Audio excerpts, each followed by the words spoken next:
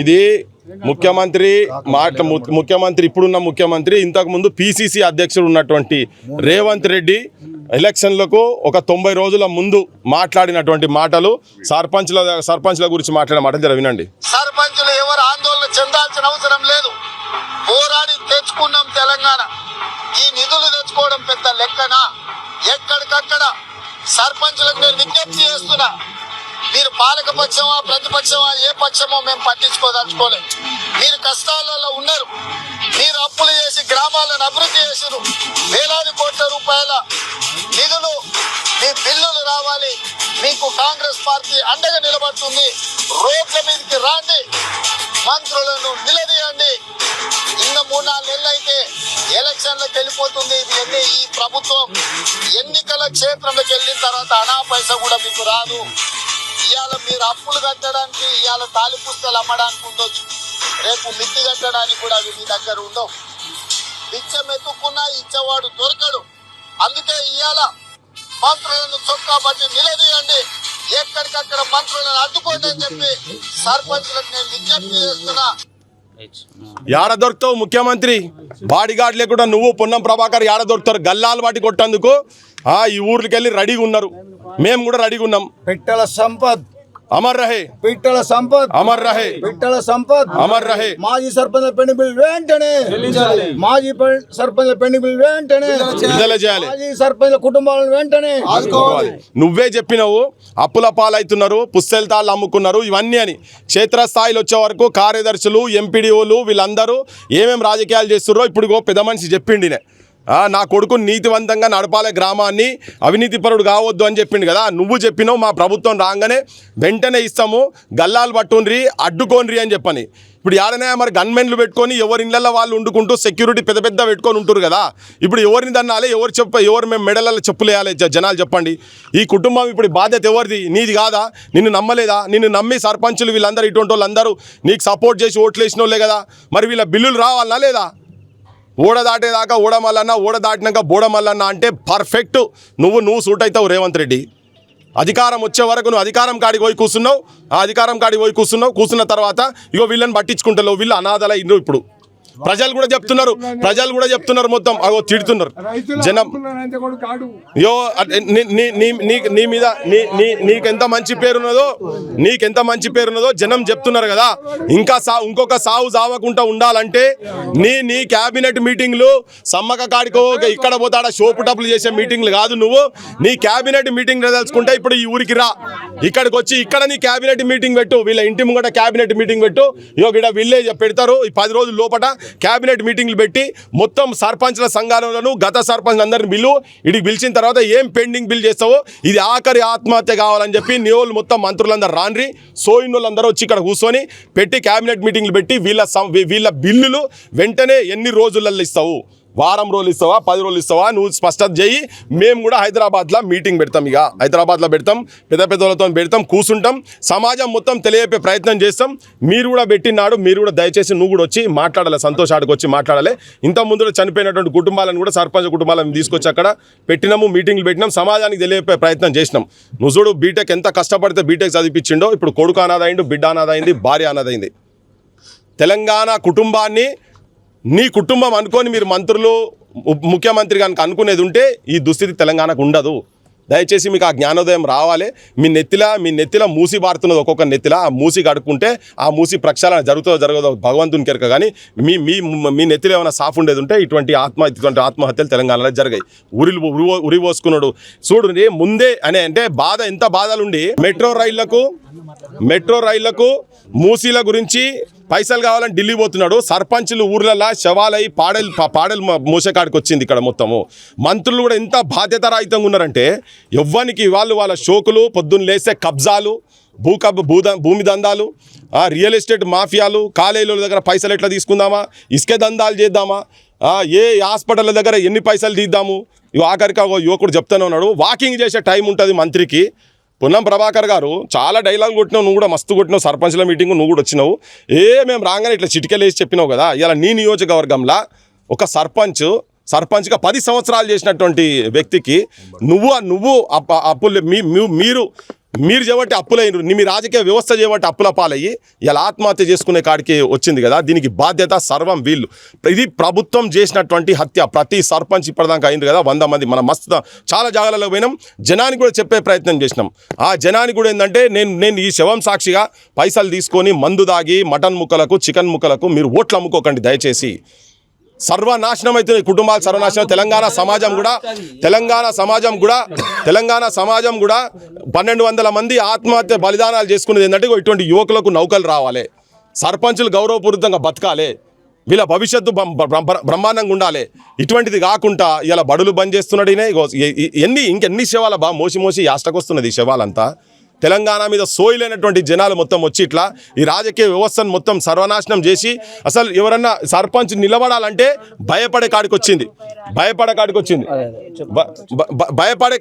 సర్పంచ్ నిలబడాలంటే భయపడే కాడికి వచ్చింది. ఇది మళ్ళా ఏంది, క్షేత్రస్థాయిలో ఉన్నటువంటి గ్రామీణ ప్రాంతాలలో ఉన్నటువంటి వాళ్లకు ఇబ్బందులు అవుతున్నాయి, వాళ్ళు కష్టాల పాలవుతున్నారు. ప్రభుత్వానికి నేను చెప్పేది ఏంటంటే ఇప్పుడు తన మొత్తం భవిష్యత్తు, ఈ కుటుంబం భవిష్యత్తు నాకు తెలిసి ఎవరు దీన్ని ఏం టేకప్ చేయరు. వాళ్ళు ఎవరికో పెద్ద సినిమా యాక్టర్లకు వాళ్ళకు పెద్ద రాజకీయ నాయకులకు ఏమైనా ఇబ్బంది అయితే అండగా వస్తారు. కానీ ఇప్పుడు ఈ కుటుంబానికి, ఎందుకంటే మనం చాలా కుటుంబాలు చూసినాం, ఏ కుటుంబానికి కూడా అండగా నిలబడతలేదు గవర్నమెంట్. ఇప్పుడు పొన్నం ప్రభాకర్ కూడా ఈ కుటుంబాన్ని మొత్తం టేకప్ చేసి ముదిరాజు కోటాకెళ్ళి మంత్రి అయిన వ్యక్తి కూడా నేను విజ్ఞప్తి చేస్తున్నా ఏంటంటే కూడా మీరందరూ కూడా బాధ్యత తీసుకోవాలి, కుటుంబం బాధ్యత తీసుకోవాలి. ఈ బిల్లులు వెంటనే వచ్చేటట్టు చూసుకోవాలి. వాళ్ళ విద్య కావచ్చు, ఆ చెల్లె విద్య కావచ్చు, చదువు గురించి కూడా మొత్తం టేకప్ చేయాలి. ఇక్కడ రామ్మ 9వ తరగతి చూడండి, 9వ తరగతి ముఖ్యమంత్రి రేవంత్ రెడ్డి గారు, పొన్నం ప్రభాకర్ గారు, ఈ జిల్లాలో ఉన్న శ్రీధర్ బాబు కావచ్చు, మీరందరూ చూడండి. ఆయన మీ ఇళ్ళల్లో ఎవరన్నా ఇట్లయితే మీ బిల్లులు ఆగుతున్నాయా? పొంగులేటి శ్రీనివాసరెడ్డి మంత్రి పదవి తీసుకొని గవర్నమెంట్ రాగానే 100 కోట్ల రూపాయలు నీ బిల్లులు వస్తాయి. మీకు మీ కాంట్రాక్ట్ల బిల్లు వస్తాయి, కోమటిరెడ్డి వెంకటరెడ్డిల బిల్లు వస్తాయి, రాజగోపాల్ రెడ్డిల బిల్లు వస్తాయి, రేవంత్ రెడ్డిల బిల్లులు వస్తాయి, వేరే రాష్ట్రాలలో కూడా బిల్లు వస్తాయి. మీరు బయట రాష్ట్రాల కాంట్రాక్టులు కూడా చేస్తారు. కానీ కటిక పేదరికంలో ఉండి అప్పుల పాలై మిత్తిలు కట్టలేక ఉన్నటువంటి సర్పంచ్ల బిల్లులు మాత్రం రావు. సంవత్సరాలు కొట్లాడాలి, కొడతారు, పట్టుకుంటే పోలీసులు పట్టుకొని గోర్లతో గిచ్చుతారు, గుద్దుతారు, తీసుకుపోయి పోలీస్ స్టేషన్లో వారేస్తారు. సర్పంచ్ల సంఘపోలు కొట్లాడుతుంటే కూడా అరే మా బిల్లు లేదో మాకు ఇంద్ర నాయన అని. ఇవాళ లిటరల్గా ఆఖరికి ఏంటంటే ఏం చేయగలుగుతాడు, హైకోర్టు కూడా పోయి అప్పుడు హైకోర్టులో కూడా పిటిషన్ పెడితే మేము వేసేసినామని చెప్పారు. 95,000 అది కూడా ఫ్రీజ్ అయిన అకౌంట్కి ఎట్లా ట్రాన్స్ఫర్ కావాలి. 12 లక్షల రూపాయలు ఇచ్చే కాడ 95,000 అది ఫ్రీజ్. అవన్నీ నాటకాలే, సర్వర్లు డౌన్లు ఇవన్నీ నాటకాలే. ఇవ్వాల్సిన 12 లక్షలు ఇప్పుడు వాళ్ళ మిత్తి అసలు కూడా ఇచ్చేది కాదు. ఒక్క నిమిషమే, నువ్వు మాట్లాడుతూ ఆగే. అసలు పైసలే ఇచ్చే పరిస్థితి లేదు. కోర్టులను కూడా బోల్తా కొట్టేటువంటి పరిస్థితి ఉన్నది. 12 లక్షలకు 95,000 అది కూడా ఫ్రీజ్ అయిన అకౌంట్ కొట్టుడు. మళ్ళీ దాన్ని ఇంకోటి, నేను ఇప్పుడున్నటువంటి దీనికి చూస్తున్నటువంటి ఇప్పుడున్న సర్పంచ్లకు, ఇప్పుడున్న ఉప సర్పంచ్లకు, వార్డు మెంబర్లకు నేను విజ్ఞప్తి చేస్తున్నా ఏంటంటే భవిష్యత్తులో మీకు కూడా ఇదే పరిస్థితి రాబోతున్నది. గుర్తుపెట్టుకోండి. మీరు ఇంతకుముందు వాళ్ళు ఏదో ఇండ్లల్లో పెళ్లిళ్ళు చేసి మా సంతోష్ పెళ్లి కాలే, ఈ చెల్లె పెళ్లి కాలే, వాళ్ళ పెళ్లిళ్ళకి చేసిన పైసలు కావు, లేకపోతే ఆయన విలాసాలకు ఉపయోగించుకున్న పైసలు కావు, గ్రామాభివృద్ధికి చేసింది కాబట్టి అది బాధ్యత. మీరు వచ్చి మీ రాజకీయ కక్షలు చూపించుకుంటందుకు వీళ్ళ మీద ప్రతాపాలు చూపించకండి. వాళ్ళు కూడా మీ కుటుంబం లెక్కనే వెనకవాడల వాళ్ళు ఉంటారు, ముంగటవాడలు మీరు ఉంటారు కావచ్చు. మీ రాజకీయ కక్షలు ఉంటే ఇక్కడనే పెట్టేసుకోండి. కానీ వాళ్ళకు ప్రభుత్వం ఇచ్చే వాటి కాడ కలిసి కొట్లాడండి. అందరికీ విజ్ఞప్తి చేస్తున్నా. రేపు మీరు కూడా గ్రామాల డెవలప్మెంట్ చేయాల్సిన పరిస్థితి ఏర్పడుతుంది కదా. మరి ఏర్పడినప్పుడు మీకు కూడా అప్పుల పాలైతే భవిష్యత్తు వచ్చేటోడు మళ్ళీ మీ మీద కక్ష తీసుకోవాలా. అటువంటి చేయకండి దయచేసి. గ్రామాలలో ఉన్నటువంటి వాళ్ళు, ఇప్పుడున్న సర్పంచులు కావచ్చు, ఇంతకుముందున్న సర్పంచులు కావచ్చు, ప్రజలు కూడా కులాలకు అతీతంగా అందరూ వీళ్ళ పక్షాన ఉండండి. ప్రభుత్వాలది బాధ్యత. ఇడ లోకల్ కక్షలు పక్కకు పెట్టండి. ప్రభుత్వాలు ఇవ్వాల్సిందే. రేవంత్ రెడ్డి దీనికి బాధ్యత వహించాలి.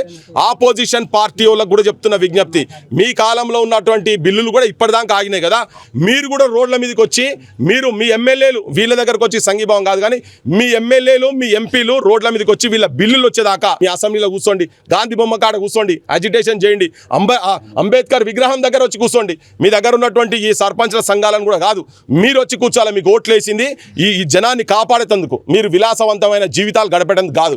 మీరు గడికోసారి మేము అమెరికా పోయినాము, అమెరికాన్ చేస్తా, నేను హైదరాబాద్ని అమెరికాన్ చేస్తా, లేకపోతే తెలంగాణని ఇస్తాన్బుల్ చేస్తా, ఇవన్నీ అన్ని పిచ్చి మాటలు, ఇవన్నీ పక్కకు పడేసి ఇటువంటి కుటుంబాలను ఆదుకోవాలి. వెంటనే ఏ ఫండ్కి వెళ్ళి తెస్తావో ఏం చేస్తావో, నువ్వు నీ దగ్గర పైసలు లేకపోతే నువ్వు ఢిల్లీకి పోయి మోడీ దగ్గర కూర్చొని ఏ మోకరిలతో మాకు సంబంధం లేదు, నువ్వు ఇలా బిల్లులు ఏమున్నాయో తిప్పి కొడితే ఒక 1000 కోట్లు ఉంటాయి, అంతకన్నా ఎక్కువ కూడా లేవు.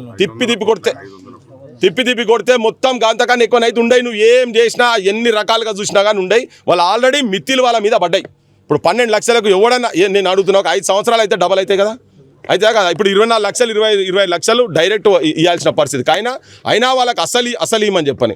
ఇది ఎక్కడ పోయినా ఏ ఊర్లో పోయినా సర్పంచులు పాపం ఉన్న భూములు జాగాలు అమ్ముకుంటుండ్రు, అప్పుల పాలవుతుండ్రు, ఆత్మహత్యలు చేసుకుంటారు. కాబట్టి నువ్వు పోయి ఢిల్లీకి పోయి కూర్చో.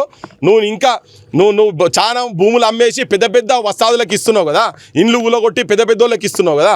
నువ్వు వీళ్ళకు ఈ సర్పంచుల బిల్లులు వెంటనే ఇవ్వాల్సిన అవసరం లేదు. చిన్న కాంట్రాక్ట్లు చేసినటువంటి వాళ్ళకు కూడా అది ఏ ప్రాజెక్ట్ అయినా ఏ చేసినా ప్రజల గురించి చేసి కాబట్టి వాళ్ళకి నువ్వు ఏం చేస్తావో తెలియదు, కానీ తీసుకొచ్చి వీళ్ళ అప్పులు మాత్రం తీర్చాల్సిన బాధ్యత వాళ్ళ మీద ఉన్నది. అసలు కోర్టులు సుమోటోగా తీసుకొని ఈ చేతగాని మంత్రులను, చేతగాని ఎమ్మెల్యేలను, చేతగాని ముఖ్యమంత్రిని సుమోటోగా కేసు బుక్ చేసి బొక్కల వారేయాలి. ఇప్పుడు ఈ పిట్టల సంపదన సావుకు కారణం ప్రభుత్వము, రాజ్యాంగ వ్యవస్థ కావచ్చు, వాటిని అమలు చేస్తున్నటువంటి వాళ్ళు కావచ్చు, వాళ్ళ చేతులనుగా వాళ్ళు అసలు ఫస్ట్ దాని మీద ఇనిషియేటివ్ తీసుకొని సీజీ ఆఫ్ ఇండియా కావచ్చు, సీజీ ఆఫ్ తెలంగాణ కావచ్చు, ఇనిషియేటివ్ తీసుకొని ముఖ్యమంత్రిని బర్త్డేలకు పోయి కలవంగానే చేతులు కలుపుడు కాదు. నేను జ్యుడిషియరీ సిస్టమ్ కూడా చెప్పదలుచుకునేది ఏంటంటే, తెలంగాణ శోక సముద్రంలో ఉన్నది. పిలుచుకొని వీళ్ళ బిల్లులు ఎప్పుడు ఇస్తారో గవి మాట్లాడండి. మీరు బోకేలు ఇచ్చి మిఠాయిలు లేకపోతే చిన్న డ్రై ఫ్రూట్లు ఇచ్చుకుంటా ఎంజాయ్లు చేసుడు కాదు. ఇక్కడ ఊర్లల్లో పిండాకుడులు పెట్టే పరిస్థితికి వచ్చింది. వీటిని గమనించాలని చెప్పి నేను వీళ్ళందరికీ విజ్ఞప్తి చేస్తాను. దాదాపు 100 మంది సర్పంచులు తెలంగాణ వచ్చిన తర్వాత గ్రామ ప్రథమ పౌరులు. నువ్వుగా చెప్తుంటా, దేశానికి రాష్ట్రపతి ప్రధానమంత్రులు ఎంత ముఖ్యమో గ్రామానికి అసొంటి వ్యక్తులు వీళ్ళు. 100 మంది దాకా చనిపోవడు. అది కూడా ఎవరు బాధ్యులు ఎవరంటే కేవలం ప్రభుత్వాల వైఖరి. వాళ్ళు గ్రామాభివృద్ధి గురించి చేసినటువంటి పైసలు అప్పులు తీసుకొచ్చి, అందరి దగ్గర పైసలు ఉండే, కొంతమంది దగ్గర ఉండొచ్చు. ఆ సిటీ చుట్టుపక్కల ఉన్న వాళ్ళకి ఏమైనా భూములు జాగాల ధరలు పెరిగి వాటిలో ఏమైనా పర్సెంటేజ్లు వస్తే కొంతమందికి ఇక్కడ ఉండొచ్చు. కానీ 99% సర్పంచులు అప్పుల పాలై ఉన్నారు. గ్రామీణ ప్రాంతాలలో ఉంటే వీళ్ళకి ఏముండదు. వీళ్ళు ఒక ఆలోచనతో ఊరిని ఎట్లా అభివృద్ధి చేయాలనే దాంట్లోనే ఉంటారు వీళ్ళు మొత్తం ఎంతసేపు. దాంట్లో రోడ్లకు కావచ్చు, స్కూల్ బిల్డింగ్లకు కావచ్చు, కమ్యూనిటీ సెంటర్లకు కావచ్చు. ఇప్పుడు ఇక్కడ మన వీళ్ళ నాన్నది రైతు భవనాలు కావచ్చు. పిట్టల సంపద గారిది ఏంటంటే, మిషన్ కాకతీయ వర్కులు చేసినది కూడా బిల్లు పెండింగ్ ఉన్నది. కాంట్రాక్టర్ దగ్గర సబ్ కాంట్రాక్టులు తీసుకొని 42 లక్షల రూపాయలు తనది పెండింగ్ ఉంది. ఆ మెయిన్ కాంట్రాక్టర్కు పైసలు వచ్చినాయా లేవా అనేది వాళ్ళకి ఇంకా క్లారిటీ లేదు. కానీ ఇప్పుడు ఊరు మీద చేసింది అది ఊరు గురించే మిషన్ కాకతీయ. తర్వాత కూడా 2వ టర్మ్లో మళ్ళీ 12 లక్షల రూపాయలు ఊరి గురించి చేసినటువంటి పైసలు. అవి ఎక్కడి నుంచి రావాలి? గత ప్రభుత్వము ఎంకరేజ్ చేసి మేము పెడతాము, మేము ఇస్తాము అది అని అంటే వీళ్ళు వచ్చి ఇక్కడ పని చేయించాక ఈ గవర్నమెంట్ వచ్చిన తర్వాత అవి పాత బకాయిలే కదా. వీళ్ళకి రావాల్సిన పైసలు వాళ్ళు ఫ్రీజ్ చేసుకొని పెడుతున్నారు. ఇప్పుడు సెంట్రల్ ఫండ్ అయినా స్టేట్ ఫండ్ అయినా గ్రామంలో వీళ్ళు ట్యాక్సెస్ వసూలు చేసినటువంటి విలేజ్ ఫండ్ను కూడా వీళ్ళు ఫ్రీజ్ చేసి పెడుతున్నారు. అసలు మొట్టమొదలు రావాల్సిన సర్పంచులకు వాళ్ళ బిల్లులు ఇదంటే గవర్నమెంట్ వీళ్ళకి అప్పులు ఉన్నది. కానీ వీళ్ళు మంది దగ్గర అప్పులు తెచ్చుకొని మిత్తిలు కట్టలేక ఇప్పుడు నేను సమాజాన్ని చెప్పేది ఏంటంటే, 42 లక్షలు మిషన్ కాకతీయ, అది ఆ నీళ్లు మొత్తం ఊరికి ఉపయోగపడేందుకే కదా కట్టల గురించి చేసినాయని. తర్వాత 12 లక్షలు కావచ్చు, 54 లక్షల రూపాయలు ఊరు పేరు మీద పెట్టింది. ఊరు పేరు మీద ఎవరు ప్రభుత్వాలు చేస్తే పెట్టినాయి. ఈ పైసలు వాళ్ళు లేక అప్పులు తీసుకొస్తే మిత్తిలు వడ్డీలు, చక్రవడ్డీలు, భూచక్ర వడ్డీలతోనే ఇప్పుడు అది 1 కోటి రూపాయలు 1.5 కోటి అయి ఉంటుంది.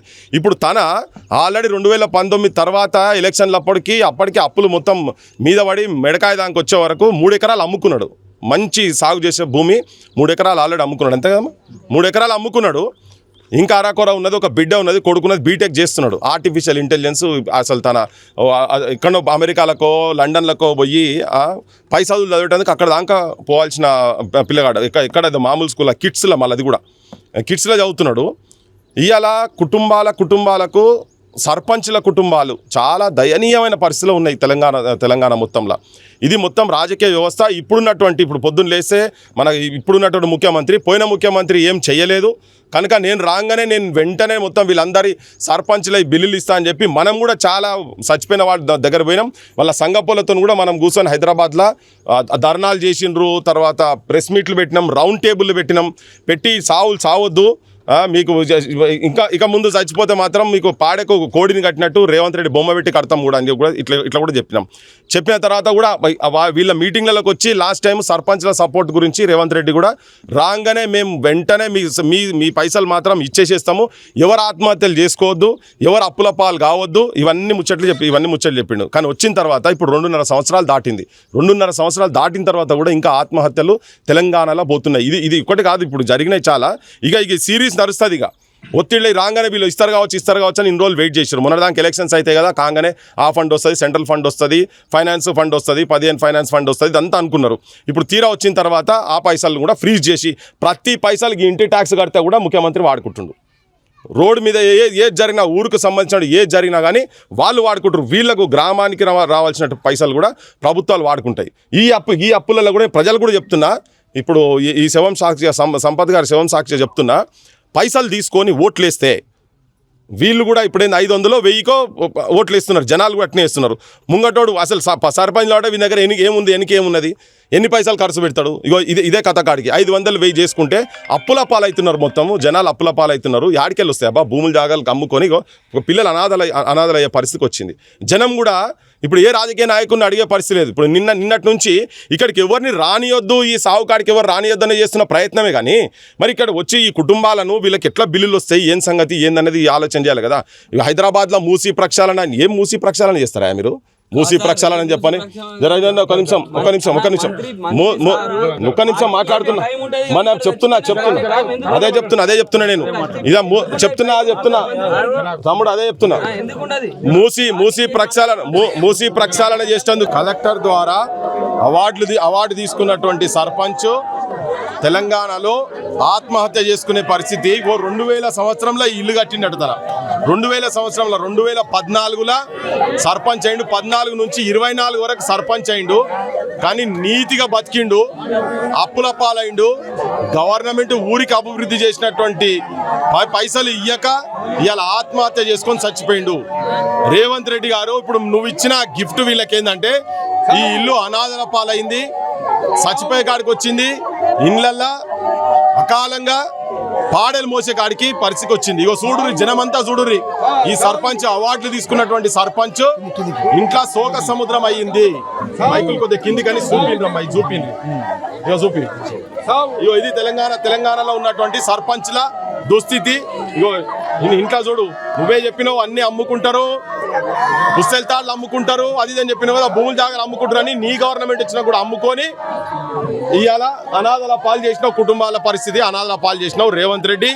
ఇక్కడ ఉన్నటువంటి పొన్నం ప్రభాకర్ కావచ్చు, ఈయన ఇంకొకటి ఏం తెలుసా, ఈ బిల్లులు వస్తాయని ఈ పార్టీలో పోతే బిల్లులు వస్తాయని చెప్పి ఇంతకు ముందు బీఆర్ఎస్ లో ఉన్నాయనే, అంతకుముందు సిపిఎం. ఈ ఒక్క నిమిషం, ఒక్కటే సెకండ్ అబ్బా, నేను మాట్లాడు. ఒక్క నిమిషం, ఒక్క నిమిషం అరే ఒక్క నిమిషం ఆగు భయ్, నువ్వు చెప్పినట్టు ఏం చెప్తావు? ఒక్క నిమిషం ఆగు. వినండి, మీరు కూడా మాట్లాడండి. బిల్లులు ఆయన నీతివంతంగా ఉన్నాడు. పర్సంటేజ్లు అడుగుతున్నారు. వేరే పార్టీలలో ఉండి కాంగ్రెస్కి వస్తే బిల్లులు వస్తాయి, ఈయనకు మొత్తం బ్యాంకులలో పడతాయనే ఉద్దేశంతో పోయినా అది రాకుండా పోయింది. ఇది జనము, 50 మంది జనం, తెలంగాణ ప్రజలు అందరూ గమనించాల్సిన అవసరం ఉందని విజ్ఞప్తి చేస్తున్నారు. పెట్రోల్ పట్టుకొని పోయి కమిషనర్ ఆఫీస్ దగ్గర చచ్చిపోతా అంటే తమ్ముడు పోయి చెప్పి తనకేదో సంజాయించి తీసుకొని వస్తే ఆ బాధలు ఇంటికి వచ్చినాక చాలా గౌరవంగా బతారు రేవంత్ రెడ్డి గారు. గ్రామాలలో ఉన్నటువంటి రైతు కుటుంబాలు, ఇవన్నీ చిన్న కుటుంబాలు, వీళ్ళంతా వాళ్ళేదో పెద్ద మీ లెక్క పెద్ద ఆలిషాన్ అయ్యి లంగదందాలు చేసేవాళ్ళు కాదు. ఎవరన్నా ఇంటి ముంగడికి వచ్చి ఒక పల్లెత్తు మాట అంటే అవమానానికి చచ్చిపోయడానికి ఏం తక్కువ ఉన్నది, అవమానానికి చచ్చిపోయిండు, అప్పుల పాలవుతున్నా, భవిష్యత్తు నేను ఇట్లనే ఉంటే ఇంకేమవుతుందో అని చెప్పని వాళ్ళన్న బత్తరు అనుకోని కావచ్చు, ఉన్న జాగాలన్న మిగులుతాయనే ఉద్దేశంతో ఆత్మహత్య చేసుకొని చచ్చిపోయింది. ఇటువంటి ఆగాల్సిన అవసరం తెలంగాణలో ఉన్నది.